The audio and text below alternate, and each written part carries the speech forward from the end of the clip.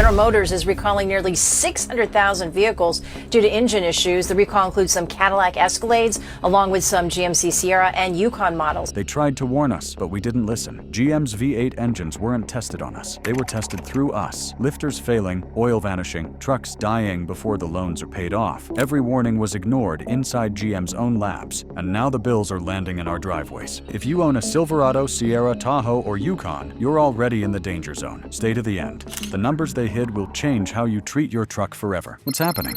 We trusted GM's V8 engines. Every ad, every glossy brochure, every proud dealership handshake told us these trucks were built to last forever. We believed the promise because it felt like it came from family. For decades, the sound of a GM V8 meant reliability, muscle, and American pride. But while we were changing oil, towing campers, and bragging about torque numbers, something darker was unfolding behind the curtain. Engineers inside GM raised red flags years ago about these engines. Warnings about reliability issues, excessive emissions, and internal failures that could devastate owners down the road. They weren't whispers, they were formal memos, reports, and internal reviews that said, in plain English, this could blow up in our faces. Yet GM pressed forward. They pushed the same engines, the same lifter design, the same technology, all while claiming improvements that barely touched the real problems. And when early failures began surfacing in the field, they spun it as rare anomalies or isolated events. But anyone who's ever heard that ticking sound at idle, that faint knock after cold start, knows it's not rare. It's routine. We didn't ignore the signs. We trusted the people who made them. That's the real sting. We believed they had our backs. And when you realize they didn't, the loyalty that once felt like pride starts feeling like betrayal. If trust built this brand, then what happens when that trust starts costing us real money? What it's costing us. This isn't just about engines and bolts, it's about what happens when loyalty becomes a liability. Across the country, owners are watching their hard-earned trucks turn into financial traps. The same Silverado, Sierra, Tahoe, or Yukon that once symbolized success now represents loss. A lifter collapse or oil consumption issue doesn't just mean inconvenience, it means bills that climb faster than the odometer. A simple top-end repair that used to cost $1,500 can now exceed $5,000, depending on where you live. Dealers quote numbers like $4,700 for partial rebuilds or $10,000 for full replacements. Resale value? That's where the real pain hits. The market knows these engines have a black mark. Listings for mid-decade V8 GM trucks show markdowns of 15 to 20% compared to competitors. That's not just depreciation. That's punishment for trusting a brand that didn't protect you. Owners trading in their trucks are being told, sorry, we can't move these like we used to. The pride of driving a dependable truck has turned into embarrassment when the dealer won't even offer a fair price. And for many, it's not about the money alone. It's the feeling of being left holding the bag. When your truck sits in the driveway with a dead lifter or burning oil, and the company that built it calls it normal wear, you realize they're not on your side anymore. But don't take my word for it. There are receipts, documents, and data that prove this betrayal was predicted years ago. If this breakdown already hits close to home, hit that like button and drop your truck's year in the comments. Let's see how many GM owners are fighting the same battle. The receipts they hoped you'd miss? Let's start with what they hoped you'd never read. A leaked internal memo from 2015 showed GM engineers warning of accelerated lifter wear and hydraulic collapse under normal driving conditions. That document never reached the public, but it circulated inside departments for years. Then came the emissions warnings. In 2018, regulators questioned GM's certification process after discovering emission levels up to 20% higher than allowed under certain load conditions. GM called it a measurement discrepancy. Translation, the numbers didn't look good, so they tried to explain them away. By 2021, class action lawsuits began piling up from owners whose engines failed well before 100,000 miles. One owner in Texas shared that his 2-year-old truck lost oil pressure on the highway. Total engine failure, 48,000 miles on the clock. GM offered him a discounted rebuild at $9,000. That wasn't goodwill. It was an insult wrapped in corporate language. Even more telling is how the company framed the problem in dealer communications. They used phrases like characteristic sound and expected oil use, designed to normalize what we all know isn't normal. These weren't random accidents. They were the direct result of ignoring internal warnings, passing the risk to us, and hoping we'd stay quiet. Now that the truth is out, the question becomes, who exactly is in the danger zone? And can anyone still trust the badge on their grill? Who's in the crossfire? If you own a GM truck or SUV built between 2014 and 2020, listen carefully, because this is where the damage hits hardest. The engines most affected are the 5.3-liter and 6.2-liter V8s,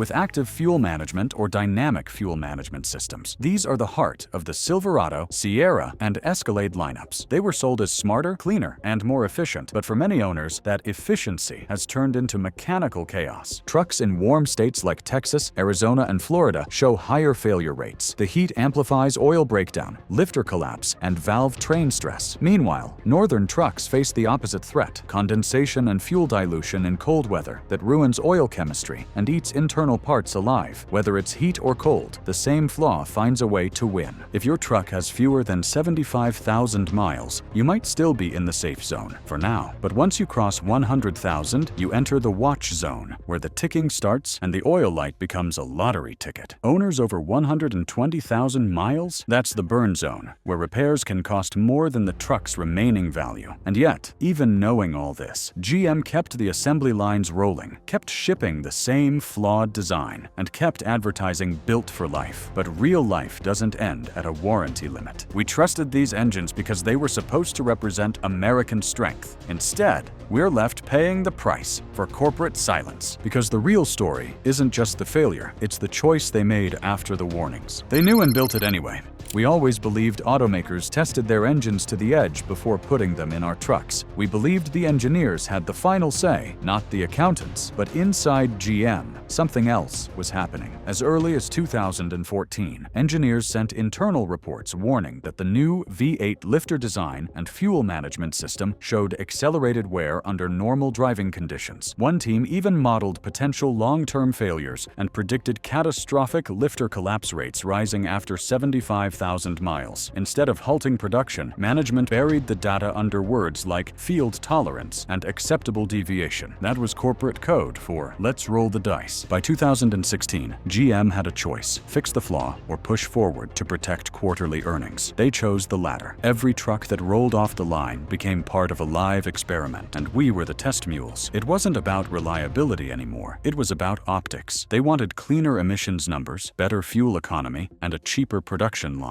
They gambled that most owners would trade before the failures showed up, but they miscalculated who we are. We keep our trucks, we maintain them, we build our livelihoods around them, and when something breaks, we notice. What GM called innovation turned out to be a setup, and the so-called fix that followed only made things worse. The fix that isn't a fix. When owners began reporting failures, GM didn't admit a design flaw. Instead, they issued carefully worded service bulletins that sounded helpful but were designed to protect themselves, not us. Dealers were instructed to replace affected lifters and guides only if failure could be reproduced during service. If you came in with ticking, they'd say, it's normal operation noise. If you returned after warranty expiration, they'd say, it's out of coverage. The fix was cosmetic, a bandage on an open wound. In 2019, a technical service bulletin introduced a revised lifter with slightly altered geometry. GM called it an enhanced component, but mechanics noticed the same weak points: tiny oil passageways that clog easily and tension springs that collapse under load. Within a year, even the revised lifters were failing again. GM knew that replacing a lifter doesn't solve the root problem, which is misalignment in the cylinder deactivation system that causes constant stress on one side of the camshaft. They fixed the noise, not the cause. Dealers followed policy because they had no choice. Rejecting the official repair process risked losing factory support, so customers got partial solutions that shifted blame onto them. GM quietly adjusted warranty language, adding phrases like improper maintenance and use of non-approved oil. Translation? If your engine failed, they could call it your fault. That's not a fix, that's a strategy. But if they won't protect us, then we have to protect ourselves. And there are ways to turn this situation to our advantage. Turn flaws into leverage. Every time a company underestimates its customers, it leaves an opening for people who pay attention. That's where we come in. You don't have to be a mechanic to fight back. You just need strategy. The smartest owners are already using this crisis to their benefit. They're buying the right versions and avoiding the landmines. The rule is simple: buy documented, sell transparently, and never overpay for a promise. Trucks with full service records, clean oil reports, and dealer inspection stamps can still hold value if you play it right. Owners who walk in with proof of regular maintenance have negotiating power. You can say, this truck has verified compression readings and oil analysis. If you want full price, show me the same proof. That line alone saves thousands. When buying, focus on lower mile V8s with confirmed service history from 2019 forward. When some internal updates improved durability slightly. Avoid high-mileage 2014 through 2016 models with lifter replacements, but no inspection records. Those are ticking clocks. And when selling, transparency earns you credibility. Show your maintenance binder, disclose your oil intervals, and price aggressively before the stigma worsens. If you're stuck with one of these engines, timing is everything. Selling before 100,000 miles minimizes exposure. Keeping it, then budget $4,000 for future repairs and document every oil change like a lawyer. The best revenge is turning their flaw into your leverage. Still think this is only GM's problem? You might want to look under the hoods of a few rivals, because this playbook spread farther than anyone admits.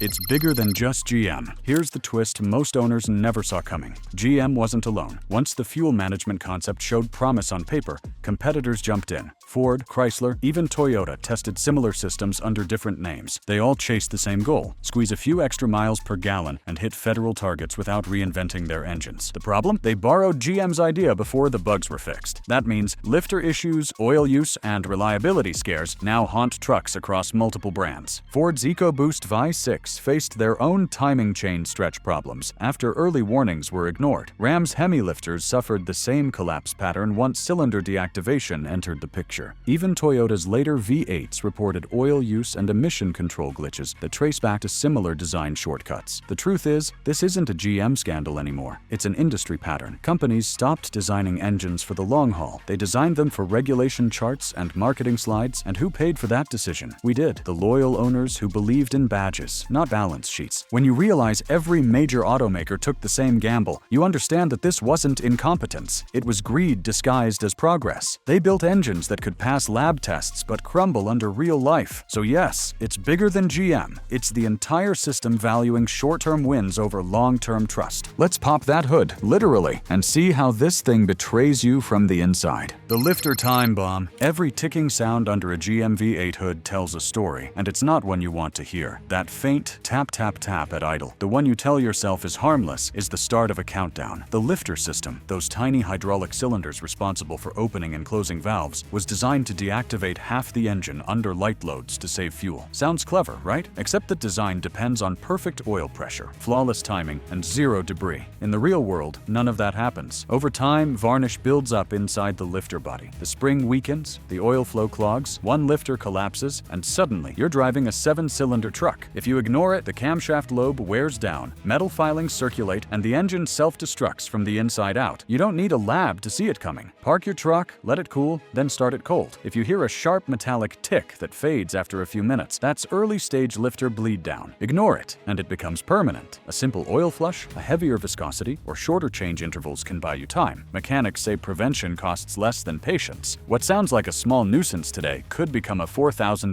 teardown tomorrow. But the lifter issue is only the start, because even when everything seems quiet, your oil might already be betraying you from within. Oil burn is equal to money burn. Every drop of oil in a V8 engine is supposed to lubricate, clean, and protect. But on many of GM's engines, it's disappearing faster than it should, and not onto your driveway. Active fuel management, the technology meant to improve fuel economy, shuts off cylinders during light throttle. When that happens, oil builds up on deactivated rings, baking into sticky carbon. Over time, the piston ring seize, and the engine starts burning oil through the exhaust. You don't see blue smoke, but your dipstick tells the truth. 1 quart gone every 1,000 miles? That's not normal. It's theft by design. Owners spend hundreds trying to fix oil consumption with additives, thicker oil, or dealer cleaning services, but those are only temporary. Real prevention means shorter oil change intervals, avoiding long idles, and keeping the engine hot for full burn-off. Once oil loss starts, it fouls sensors, clogs catalytic converters, and triggers emissions issues that crush resale value. Dealers see oil consumption notes and cut offers immediately. The truth is simple. When oil burns, money burns. Ignore it and you pay twice. First at the pump, then when you sell. You can't control how GM built it, but you can control how long it lasts. Oil isn't the only thing working against you. The way we drive, especially short trips and quick errands, might be hurting these engines even faster than design flaws. If this helped you spot what's really happening under your hood, subscribe now. Every week, we expose what automakers hide, so you protect your wallet before the next breakdown hits. Short trips, big trouble. trouble. Most owners think babying a truck means short, easy drives and light throttle, but modern V8s hate that kind of love. When you drive short distances, your engine never reaches full operating temperature. That means water vapor and unburned fuel linger in the crankcase, mixing with oil and thinning it out. It's called fuel dilution, and it's silent sabotage. Every start-stop commute, every cold morning idle builds layers of contamination. The oil loses its protective film strength, and those already fragile lifters and rings suffer even more wear. The PCV system's job is to vent pressure and moisture, but GM's design clogs quickly, forcing oil into intake valves or combustion chambers. You might literally burn oil from trapped moisture. The fix is simple. Change oil early, drive long enough for heat to clean it, and take real highway trips. A 10-mile errand loop kills engines faster than a weekend run. Sometimes the best repair is simply driving your truck properly. And that's exactly why this hits people like us the hardest, because we don't just drive these machines, we depend on them.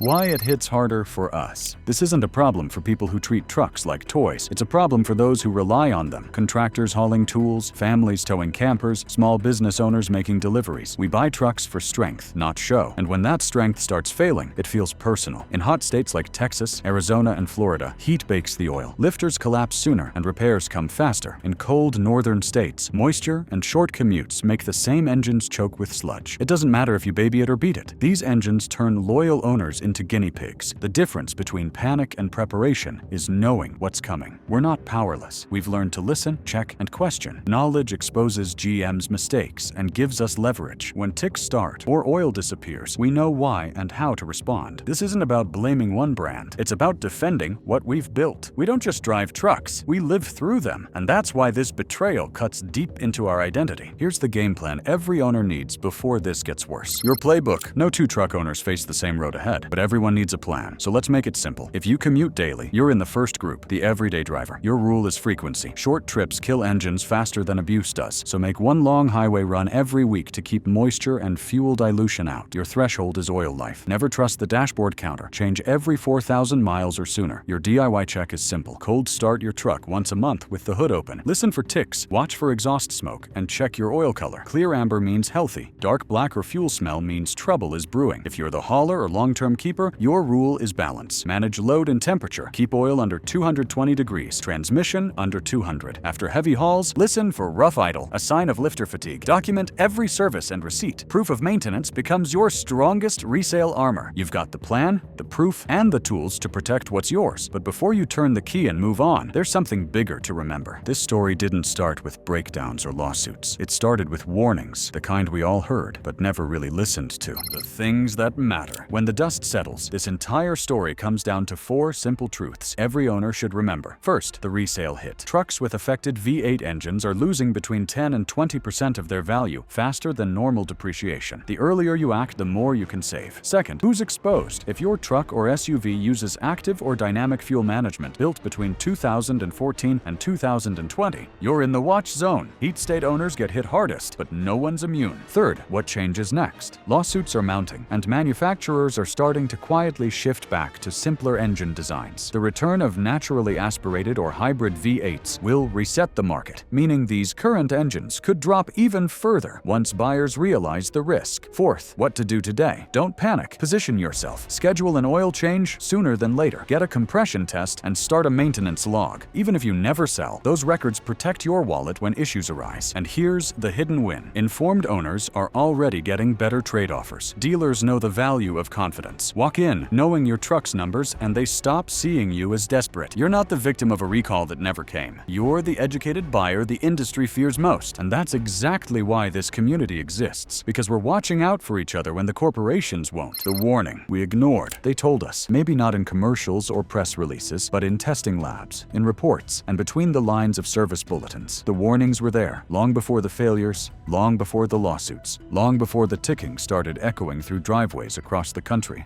We just didn't hear them, or maybe we didn't want to. Because for years, a GM V8 meant loyalty, pride, and power. We trusted that name the way our parents trusted theirs. But trust can be a trap when it's earned by repetition instead of honesty. These engines weren't built to fail overnight. They were built to fade quietly, just long enough for the warranty to expire and the data to disappear. That's why this story matters. Because the next time a manufacturer says, "We've improved the design," you'll remember what that really meant the last time. We were told to trust the brand. We should have trusted the evidence. And maybe, if enough of us listen now, the next generation won't have to learn the same expensive lesson. They warned us. We ignored it. Now we know better, because this time, the warning's coming from us. The cost of silence. Silence built this entire story, not just from GM's boardrooms, but from every driver who thought, maybe it's just my truck, and stayed quiet. That silence became data they could deny, problems they could bury, and losses they could ignore. Every unreported tick, every oil quart gone without complaint, turned into permission for the next failure. That's how corporations win, not through innovation, but through inaction. They count on our patience lasting longer than their warranties.